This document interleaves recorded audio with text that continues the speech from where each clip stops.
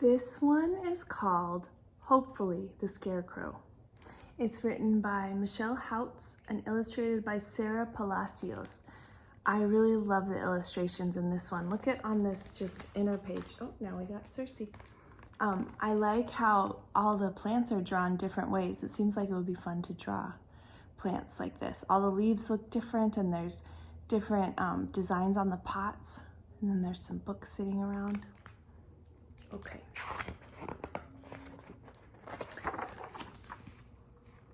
Look at the illustrations. Look at all the flowers. A scarecrow stood in the garden, tall, proud, smiling. Like most of us, he didn't remember the very beginning of his days. He only knew he was created with loving hands, carefully crafted, wonderfully made.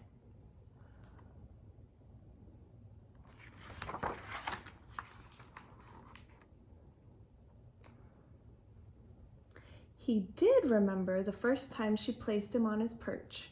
She set him up straight, stood back, and smiled. Hopefully, the scarecrow will keep the birds away, she'd said.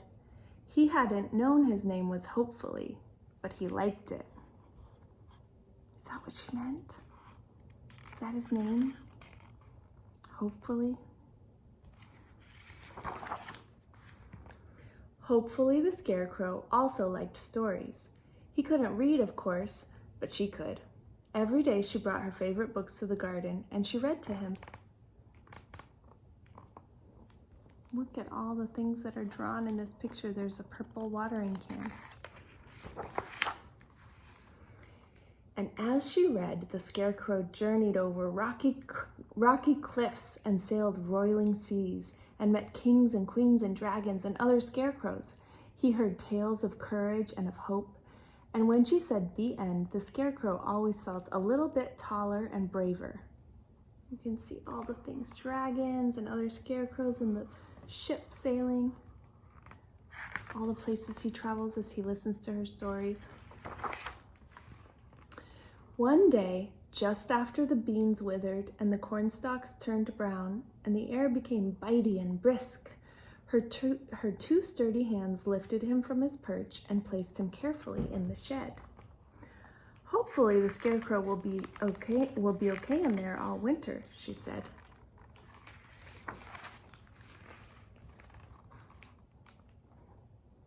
He was alone, and the shed was dark, but he was warm and dry, and he didn't worry because she had said it herself. He would be okay during the long, cold winter. Besides, he had all her stories nestled deep in the straw beneath his hat to keep him company.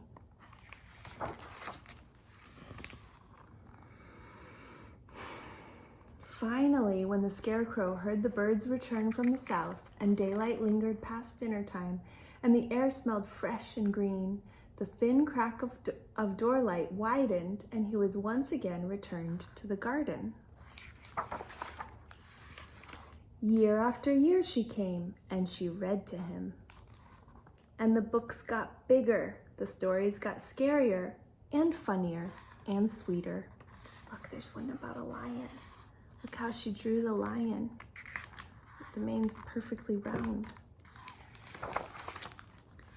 And year after year, just after the beans withered, and the cornstalks turned brown, and the air became crisp and brisk, her two sturdy hands would lift him from his perch and place him carefully in the shed.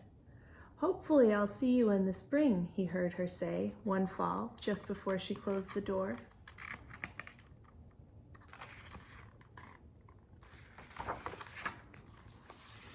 The next spring, after the scarecrow heard the birds return from the south, and the daylight lingered past dinner time, and the air smelled fresh and green, the thin crack of door widened, and two different hands placed him in the garden, where he, hopefully, waited. After all, she had said she'd see him in the spring, but she didn't come to read to him. The next day, a soaking rain made the scarecrow's flannel droop, and thunder shook the ground beneath his wobbly legs. But he was not discouraged. Day after day, the summer sun glared, and soon the Scarecrow's smile started to fade. Once a mean wind shoved him sideways and took his hat far away. Still she did not come, and the Scarecrow was lonely.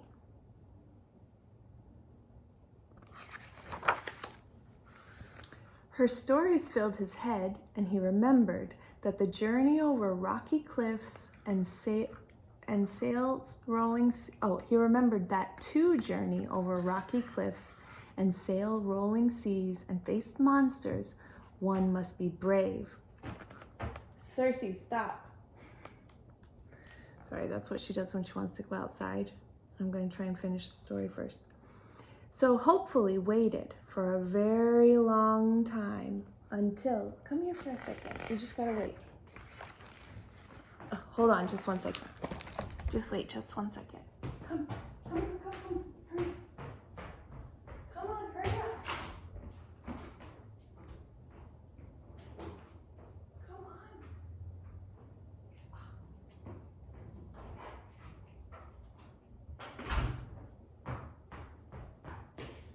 I don't know. Sorry, guys. Maybe she just wanted attention. I don't even know. Okay. One day, after he waited and waited, being brave, one day, two familiar hands straightened his perch and smoothed his weathered shirt. Hooray! Oh my, look at you, she said. Hopefully I can fix this. Look, she's bigger. With some patches, a dab of paint, and a new straw hat, the Scarecrow's smile brightened. He wondered if she'd brought new stories, but her hands were empty. And when she lifted him, perch and all, from the garden, the Scarecrow was confused, but not afraid. They were going somewhere together.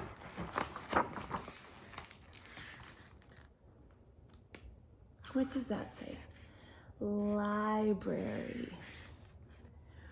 Hopefully the Scarecrow will love it here, he heard her say, and he knew she was right.